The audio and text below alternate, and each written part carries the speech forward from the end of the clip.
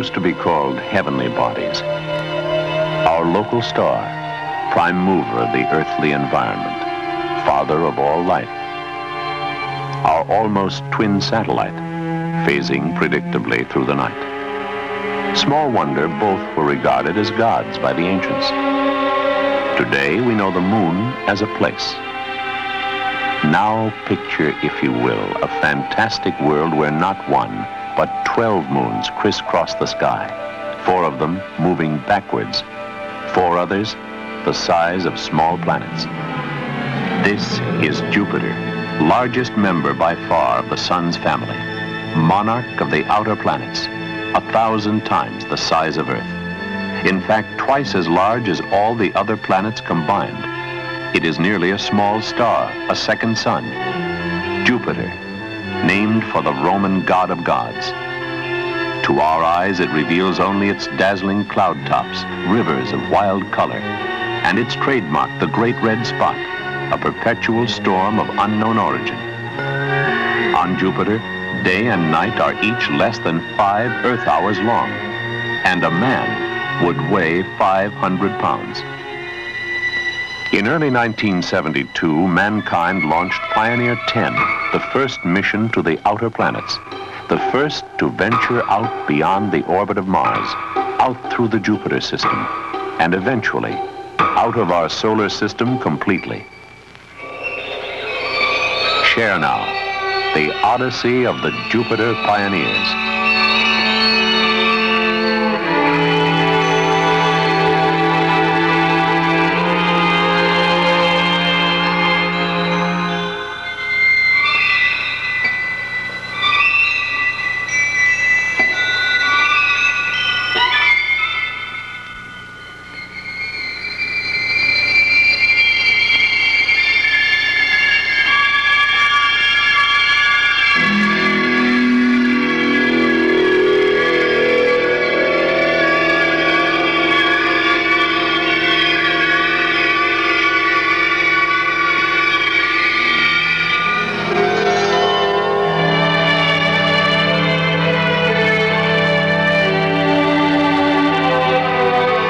The planets of our solar system come in 2 varieties.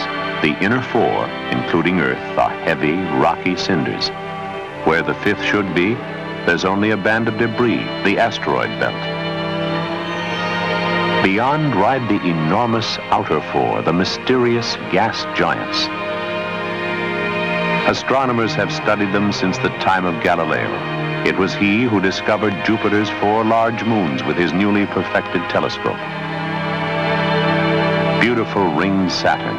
In 1979, Pioneer 11 will make mankind's first visit to Saturn, if it survives the rigorous journey of 6 years in time, nearly 2 billion miles in distance. Third of the gas giants, Uranus, rotating on its side, it circles the sun like a fallen gyroscope. And finally, Neptune. One of Neptune's moons, and one moon belonging to Uranus, were discovered by this modern Galileo, the late Dr. Gerard Kuiper of the University of Arizona. His backyard in Tucson has flowers, a swimming pool, and a private observatory. Here at Catalina Peak, his studies have produced some of the most outstanding color photographs ever made of Jupiter from the Earth's surface. This is sort of a typical photograph which shows the red spot of the planet, which is the most prominent feature. This black spot here is the satellite shadow. Is the satellite Io, which is the nearest of the 4 large satellites of the planet. The satellite itself is here and doesn't show very well contrasted to the planet itself. Now the first thing you see is first, of course, that the disk of the planet is elliptical. That is because of its rapid rotation, which is roughly 10 hours. The period is roughly 10 hours. The diameter of this planet is about 10 times the diameter of the Earth, so there's a gigantic planet. The total mass is not, however, 1,000 times. The volume is 1,000 times, but the mass is only about 300 times that of the Earth. So the mean density of this planet is somewhat like the Sun. And that is because it is largely composed of hydrogen. So the composition of this planet is very, very different from the Earth, and very similar, in fact, to the Sun, except the temperature, of course, is much lower than the Sun. And because the temperature is low, you get a chemistry here, which is totally different from the Sun. So you have all these interesting colors here, and what we have been doing in recent years is to try to understand both the motions of all these clouds and their composition.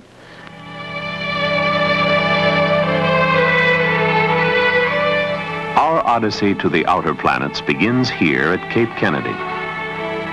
A good omen under a mock Jupiter sunrise. The ungainly, pregnant guppy delivers a special cargo.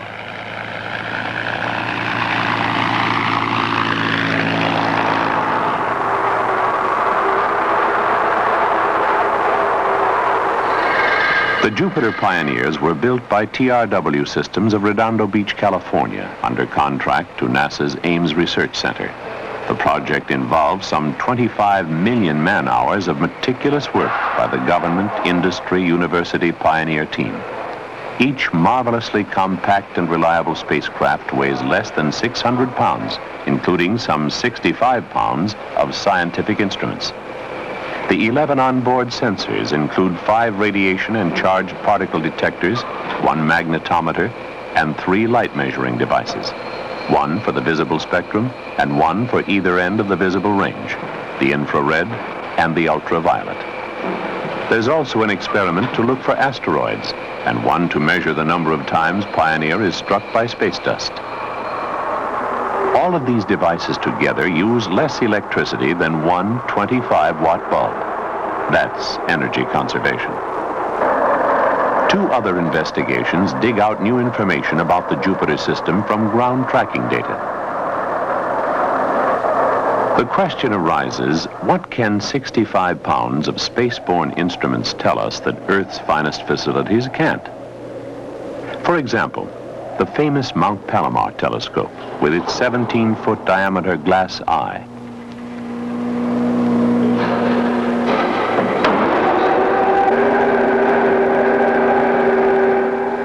A scientist who uses both Pioneer and Palomar is Dr. Guido Munch of Caltech. We have used the 200-inch telescope extensively for planetary observations. This is the largest operating telescope that has ever been built. With this telescope, the planet Jupiter appears of the size of a 50-cent piece.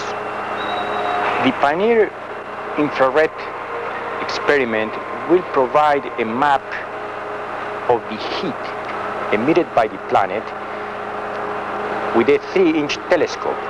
But at the distance of closest approach, the planet will cover 1/5 of the sky. And this is the advantage that we get from the 3-inch telescope to the ground base with a large telescope here. The need to measure the quantity of heat accurately is that all the meteorology, all the motion of the clouds that we see in Jupiter is governed by the amount of heat coming from the inside. And we hope that a real understanding of the meteorology of Jupiter will in fact provide us with a better way to handle our weather problems.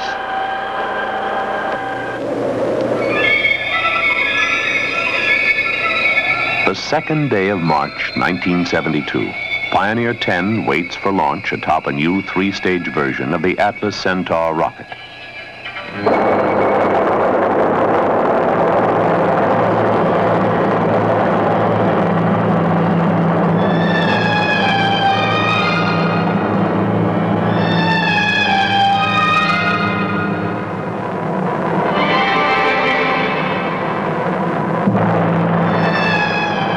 Months later, a sister spacecraft, Pioneer 11, left the pad on its long and chancy voyage to Jupiter and Saturn.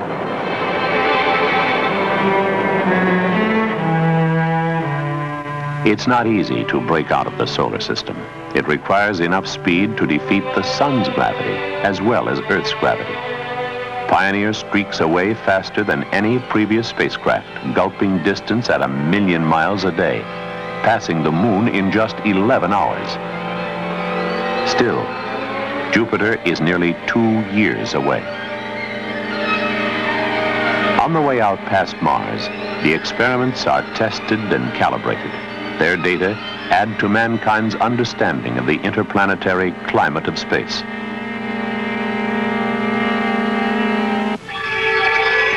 The asteroid belt, as some had imagined it.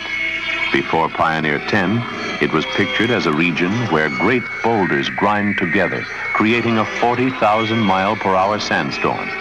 If so, it might have represented a perpetual barrier to outer planet flights.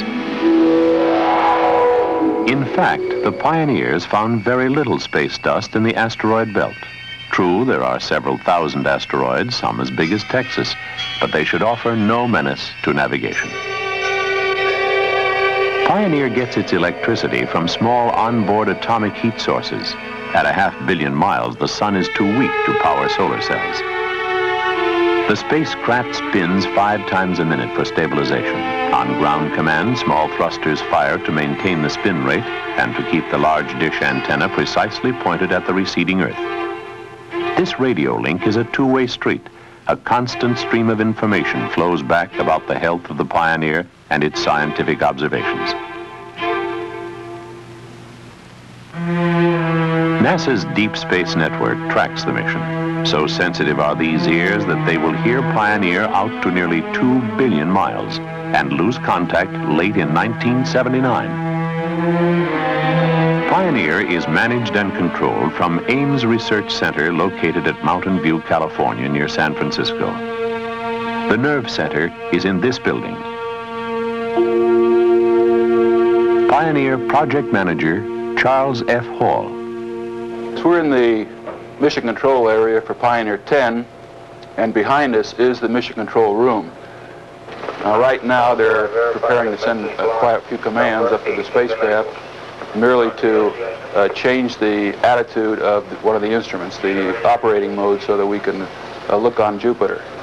The interesting feature here is that the round-trip light time, the time to get a message from here up to the spacecraft and then to get a return answer, is an hour and a half. So our people in there have to be used to this hour and a half delay when they start planning the mission. Commander R10. Door, Captain. We just received the stat clear message. Roger. R10 Commando, verify command stack loaded. Block message number 9.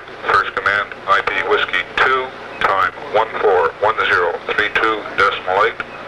Roger, copy. We're enabling message down at this time. The Pioneers are run by men who send commands from Earth, not by automatic systems on board. This cuts complexity and costs. During encounter, it's busy here. For example, to command just the electronic camera that makes pictures of Jupiter, Pioneer Control transmits some 15,000 commands in just 2 months. In response to these commands, the camera scans Jupiter's turbulent cloud tops as Pioneer spins toward encounter. Because the spacecraft is moving at up to 80,000 miles per hour, and because Jupiter is rotating at 22,000 miles per hour, the scans do not immediately form a pretty picture. They must be decoded and corrected for distortion.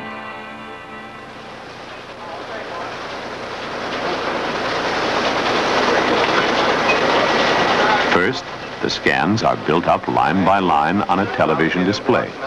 This gives a quick look at the operation of the system and a tantalizing hint of the spectacular pictures buried in the raw data. After the first stage of prettying up, Jupiter's first close-up portrait emerges. Late November 1973, 20 months after launch, Pioneer 10 closes in on Jupiter. Each hour brings the planet 20,000 miles closer. What lies below those inscrutable cloud tops? Could there be life in this maelstrom where pressures may reach 200,000 times Earth's? There are scientists who think that the answer might be yes, that deep in this raging atmosphere of ammonia, marsh gas, and helium, the self-replicating spark may have been struck. One believer is Dr. Carl Sagan, of Cornell University. Jupiter has an atmosphere rich in hydrogen and its compounds, the same kind of atmosphere that the Earth had at the time of the origin of life. So we think that the building blocks of life, at least earthly life, are being produced on Jupiter today, raining down from the skies like manna from heaven. And Jupiter may be a vast planetary laboratory in the chemistry of the origin of life that's been working for about 5 billion years. It's by no means out of the question that there are forms of life in the clouds of Jupiter. And indeed, if you viewed the solar system from afar, I think you could make an argument that life on Jupiter was more likely than life anywhere else, including on the Earth.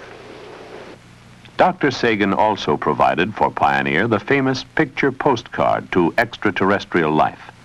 But in the remote contingency that there are interstellar spacefaring societies which might someday pick up this derelict, no longer radioing, we thought we would put a message on it to indicate a little bit of where we are, when we are, and who we are. We think that the information on where we are and when we are, indicated in this part of the message by the configuration of certain cosmic objects called pulsars, will be completely obvious to any society capable of traveling between the stars. These two objects will be more mysterious because it is unlikely that there will be human beings anywhere else, even though there may be other creatures elsewhere. And the plaque has served a very useful purpose in making us think about what sort of impression we might wish to give to the cosmos. Each morning, the key scientific investigators and the key spacecraft personnel meet in the office of Pioneer Project Manager Charlie Hall for a stand-up meeting. Why not a sit-down meeting? Because, says Charlie, people don't talk so long when their feet get tired. So like a contrast, I guess, is a better word. I have the impression that it is all in the fix. I don't know for sure that it is all in the fix. With such accuracy, but just grossly, whether we can trust the angles on the LCD. I'm afraid to say anything because I don't know. We'll have to get to say 250 degrees or something like that in System 3, which is not far from what the radio astronomers have inferred. We have 3 sets of accurate observations with the IPP this week since the last precession maneuver. What we're seeing here is that for both electrons and protons, we're seeing in first approximation an in-phase change. But don't you? Oh, you're not pretty good. No, it's all right. You're going in pretty consistent. Yep. December 2nd, 1973. Tomorrow, Pioneer will make its closest pass of Jupiter, when this fantastic world will fill 1/5 of the sky. Today, Pioneer is being cooked by incredibly severe radiation, yet everything continues to work perfectly. This spectacular picture shows the shadow of the satellite Io, just as Dr. Kuiper's ground-based photo did. But from this distance, new details in the cloud bands become evident. Huge coiling storm areas larger than the Earth. Since launch, Pioneer has been slowing down. Now the pull of Jupiter's gravity speeds it up to a fantastic 82,000 miles per hour. In effect, this crack-the-whip left turn gives Pioneer another rocket stage to fling it out of the solar system. Unexpectedly, the space dust count soars, 100 times as many hits. Jupiter's gravity may act as a cosmic vacuum cleaner. December 3rd. Pioneer sweeps to within 81,000 miles of the cloud tops. Now things happen fast. 15 minutes after closest approach, the spacecraft is targeted to pass out of Earth's sight behind the orange moon Io for a critical 2 minutes. This ultra-precise maneuver will use radio effects to reveal new information about Io, if the signal can be picked up again on the other side, and if Pioneer will obey commands again. Back at Mission Control, there's a maternity hospital atmosphere. They won't know what happened in space until 45 minutes later. The speed of light is much too slow for the anxious parents. What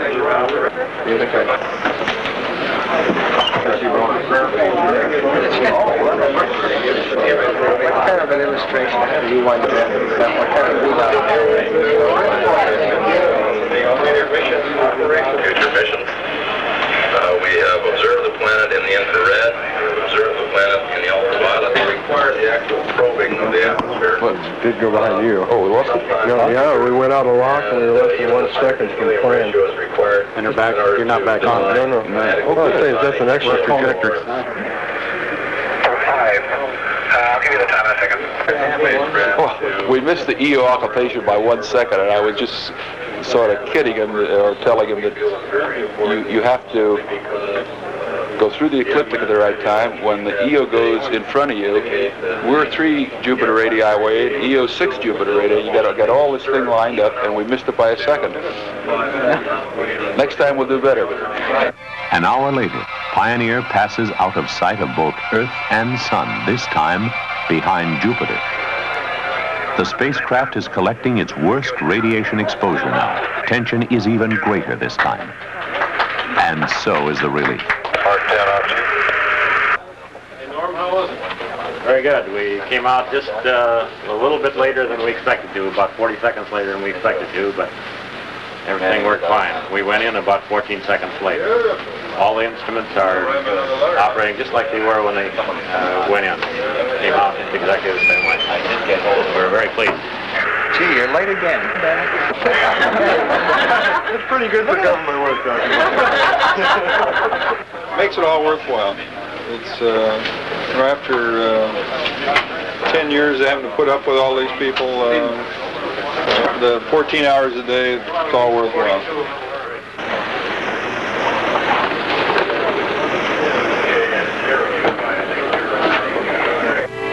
Now Pioneer views a sight never before seen by man, the crescent Jupiter. From Earth, we can see only its full phase, like a full moon. These lighting angles give scientists new information. On the television system, the images rapidly become smaller. Now, several consecutive pictures can be stored on the tube at once. Thanks to energy literally stolen from Jupiter, Pioneer 10 departs more than twice as fast as it arrived. Early this morning, Now the world wants to know, what have we learned? The scientists readily admit to newsmen that for each question answered, 100 new ones have been raised. 2 different phenomena going on. Project scientist Dr. John Wolfe reports. Reached approximately 44 Jovian radii.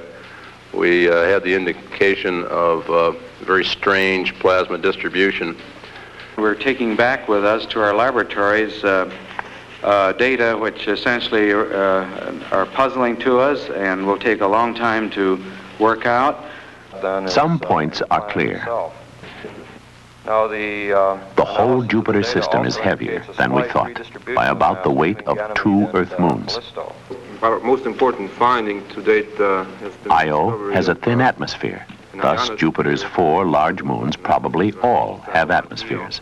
Seeing relatively abrupt decreases in the field magnitude to much lower values. A compass on Jupiter would point to the South Pole instead of the North Pole. Through the magnetosphere. The infrared experiment successfully mapped Jupiter's heat in fine detail. The planet gives off more than twice as much heat as it receives from the sun. Why? Possibly its enormous gravity makes it contract like a slow-motion star. The white belts are cooler, and therefore higher bands of clouds stretched around basically darker-colored material below. Also, the night side and the day side appear the same temperature. Discoveries like these flash out to the world. To experimenters, some of the most interesting findings concern Jupiter's radiation belts and magnetic field. Pioneer first broke into the magnetic field an incredible 4 million miles in front of the planet. Because of the pressure of the solar wind, this field streams out much farther behind Jupiter. Closer in, Pioneer indicates that Jupiter's intense radiation belts wobble up and down around a magnetic center some 10,000 miles from the center of the planet. In brief, Jupiter is much different from Earth and much more complex than researchers imagined. However, Pioneer proved that a spacecraft could survive the radiation. After encounter, The data tapes for the imaging experiment go to the University of Arizona for computer enhancement. In a meticulous process, millions of data points are juggled up and down the scale. And what emerges is a portrait of Jupiter to challenge the most imaginative artist.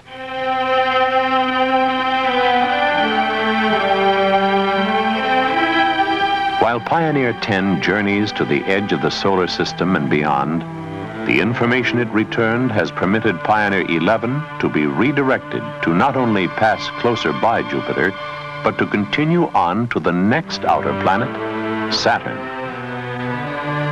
If all goes well, Pioneer 11 will reach the ringed planet late in 1979. And if it returns pictures, we will know much more about those glittering and mysterious rings. Mankind will continue to explore the outer planets, and sometime in the decades ahead, a robot explorer will descend on Io at the end of a solar eclipse by Jupiter.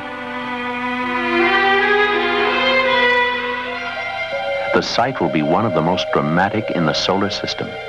During its hours in the freezing Jovian night, Io's atmosphere snows out onto the barren and radioactive terrain, then flashes back from solid ice directly into gas in the span of a few moments.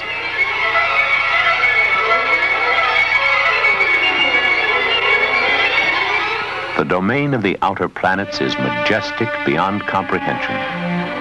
The pioneers, first to brave this land of giants, first to fly forever among the lonely and endless stars of our galaxy, carry mankind's message.